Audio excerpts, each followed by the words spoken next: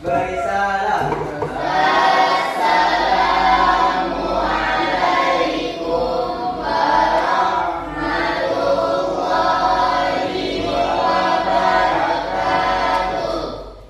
Waalaikumsalam warahmatullahi wabarakatuh. Sudah kembali.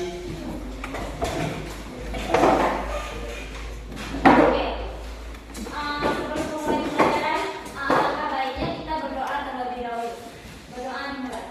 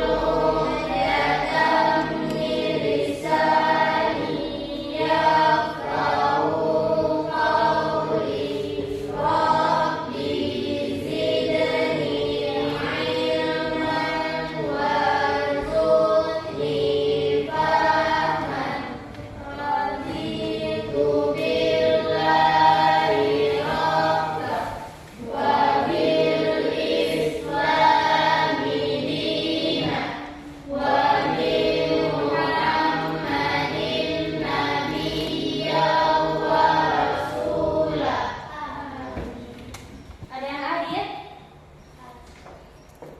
Ada. Siapa?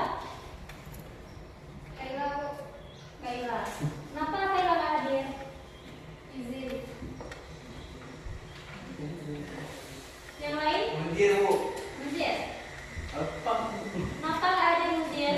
Lagi. Yang lain hadir semua kan? Iya, Ibu. Sebelum masuk ke pembelajaran, Ibu mau kalian mengecek kelasnya terlebih dahulu. Apakah masih ada sampah di kelas? Masih, Bu. Kalau ada, tolong dititip.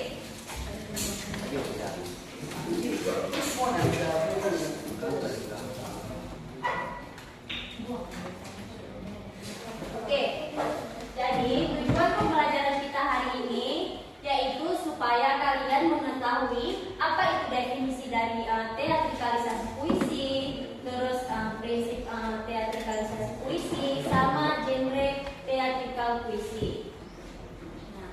Nah, sebelum masuk ke pembelajaran berikutnya, ada yang ingat nggak pembelajaran yang lalu? Ayo, siapa yang masih ingat? Nah, Dina. Tentang seni tari dan teater. Apa itu seni tari atau teater? Ada yang bisa jawab? Ayo, siapa yang bisa? Gak ada yang ingat? Bentar, Bu. Hari ini kita akan mempelajari tentang teatrikalisasi puisi. Ada yang tahu? Teatrikalisasi puisi itu merupakan cara membawakan puisi di atas panggung dengan menggunakan ekspresi musik dan juga gerak-gerik yang menjiwai. Jadi puisi itu di atas panggung tidak hanya dibaca seperti biasa, tetapi juga dihidupkan seperti pertunjukan teater. Selanjutnya ada prinsip-prinsip pertunjukan teatrikal puisi. Oke, yang pertama ada penghayatan puisi. Nah, penghayatan puisi ini yaitu memahami dan mengetahui arti atau perasaan yang ada di dalam puisi tersebut. Yang kedua, ada interpretasi. Interpretasi itu merupakan membawa puisi dengan gaya kita sendiri sesuai dengan gerak-gerik tubuh kita. Selanjutnya ada ekspresi dan gerak. Ekspresi dan gerak itu maksudnya tubuh, wajah, serta gerak-gerik kita harus sesuai dengan isi yang ada di dalam puisi. Selanjutnya ada suara atau intonasi. Maksud suara dan intonasi di sini yaitu ketika membaca sebuah puisi, kayak siapa namanya nih? Jangan ngomong dulu, perhatikan dulu ibunya di depan. Nah, tadi suara dan intonasi di dalam baca puisi kita itu harus menggunakan suara yang tegas dan juga intonasi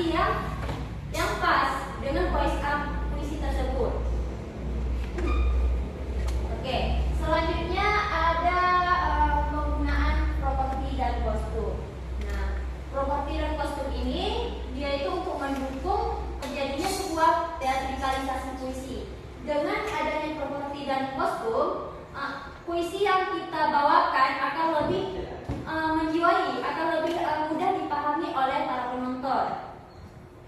Nah, selanjutnya ada musik dan juga efek suara.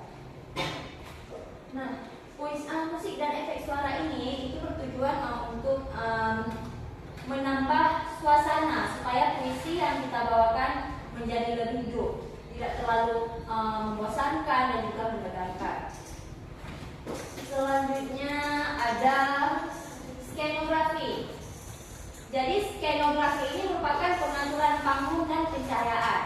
Dia juga untuk mendukung suasana atau isi dari cerita puisi yang kita bawakan tersebut. Yang terakhir, tempo dan ritme. Saat membaca sebuah puisi, tempo dan ritmenya itu harus pas, tidak boleh terlalu cepat dan juga tidak boleh terlalu lambat. Selanjutnya ada genre dari teatrikalisasi puisi.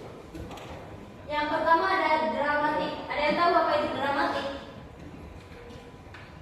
Ada yang tahu? Enggak. Jadi dramatik itu maksudnya puisi yang kita bawakan penuh drama. Jadi kesannya itu puisi yang kita bawakan kayak agak lebay. Tahu kan lebay?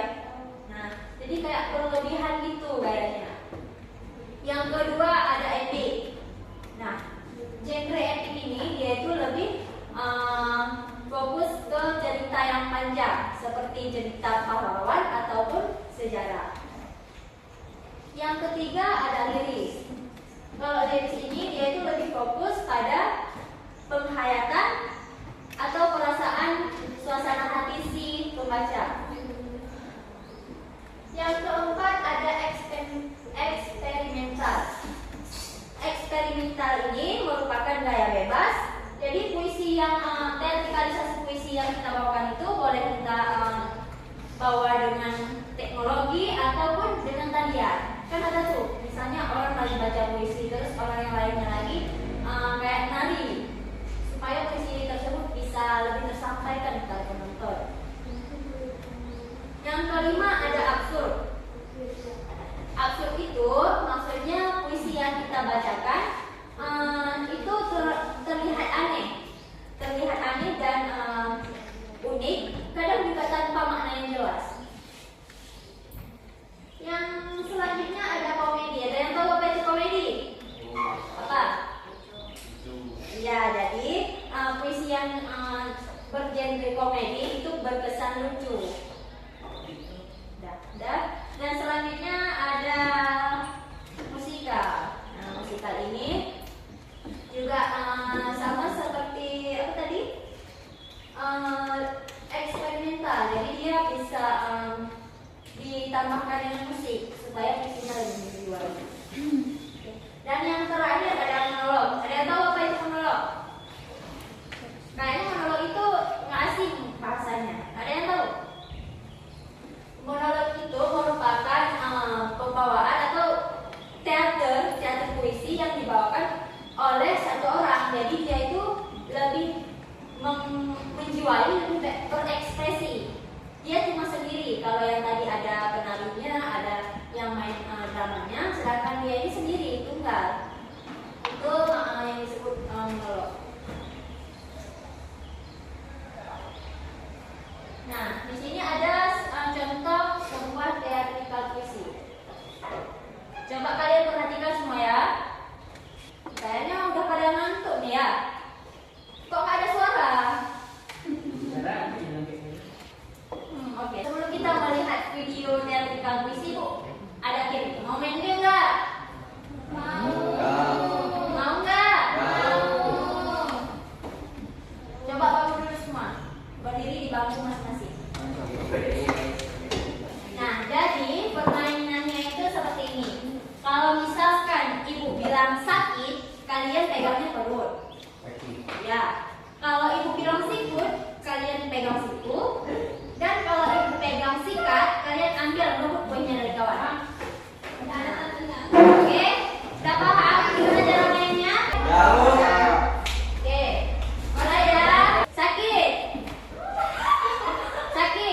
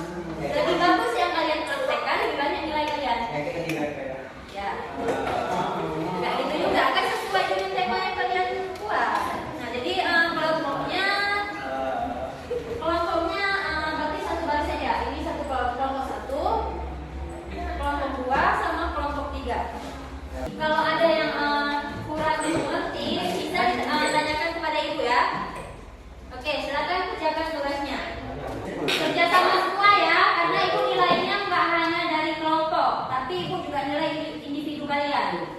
Jadi kalau ada yang nggak berpartisipasi dalam pembuatan tugas, ya kemungkinan nilainya akan berkurang.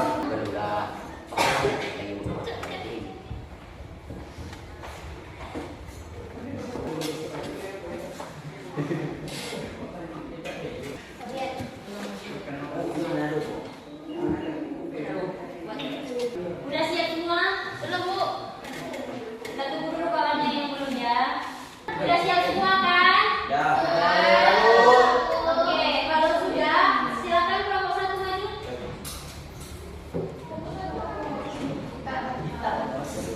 Ayo. Dini baca. Bacanya bergantian dari mana? Bacanya boleh bergantian. Misal, Dina satu paragraf, terus itu disambung sama kawannya. Boleh. Tapi itu kalau satu orang pun boleh. Asal kamu ikhlas. Maksudnya satu orang yang baca, kiranya mau sama kelompok ya. Kalau yang namanya sih beda lagi. Dan jangan dulu semua. Biar aku buka. Jangan dulu semua, dah. Terus baca puisinya itu harus dengan penglihatan, harus pakai ekspresi wajah sama intonasi yang jelas. Oke? Oke? Ya, Bu.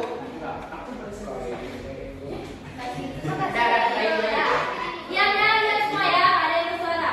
Oke. Assalamualaikum warahmatullahi wabarakatuh. Waalaikumsalam warahmatullahi wabarakatuh. Hari ini kami berasal dari kelompok 1 yang akan membuat puisi yang berjudul yang akan membacakan puisi yang berjudul para pelajar yang akan dibacakan oleh Dini. Baca Dini.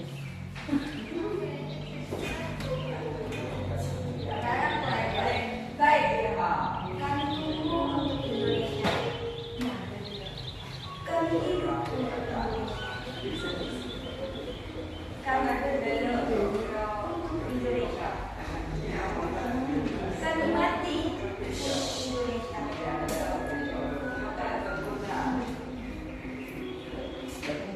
Tidak semata-mata hanya meminta dengan jeritan dan ronta, tapi kami juga mengalirkan ilmu sebagai terapan yang meringankan. Walau bergerak tepat sebelum fajar, rintangan dan halangan selalu menghadap. Esa hilang, dua terbilang. Tak akan ada harapan yang hilang.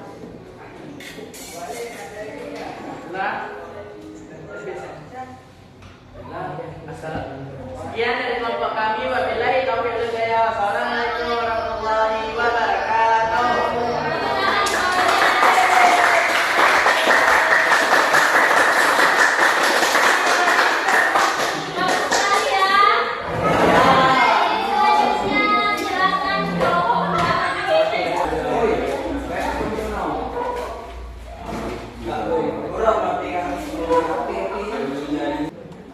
Berdirilah kami di sini untuk membacakan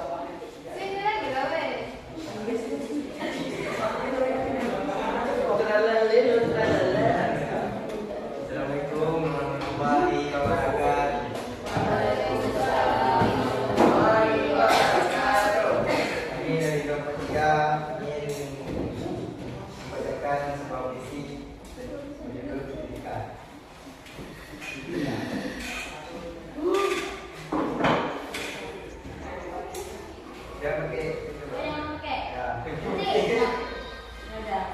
Yang serius ya, jangan ketawa-ketawa. Ibu nilai lagi sikap kalian, cara menyampaikan kalian, sikap kalian di depan, ibu nilai semuanya. Jadi jangan main-main maksudnya, harus serius. Oke? Boleh. Dibagi yang ini ilmu kedua yang lihat ilmu sebagai tali apa dari hati untuk melakukan pendidikan bukan sekedar kata yang cahaya mendorong gerak bersama membuka cakrawala menunjukkan arah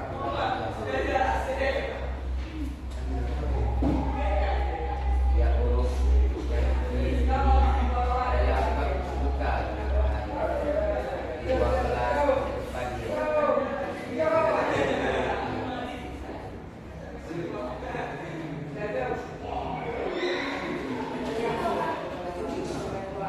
Udah siap, Pak? Lagi. Saya cepat terus.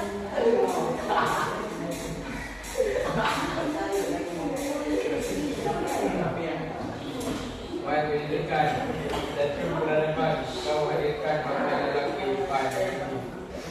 Saya mengenal jalan menjadi harapan.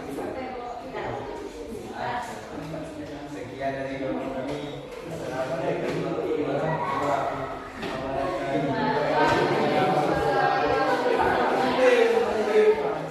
Visinya nanti.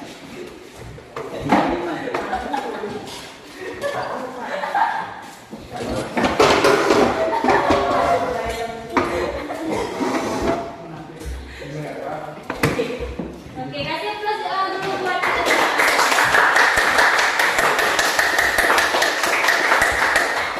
Oke. Jadi sekian untuk materi hari ini. Ada yang bisa menyimpulkan? Mulai dari mungkin ya. Itu kita baca puisi tapi selalu memperagakan daftar juga. Dan ada juga puisi yang cuma dibaca tapi dia menjual. Udah, itu aja. Ada lagi yang bisa menyimpulkan kesimpulan? Nggak ada. Oh, ibu kuy bang. Oke, kasih plus buat kawan.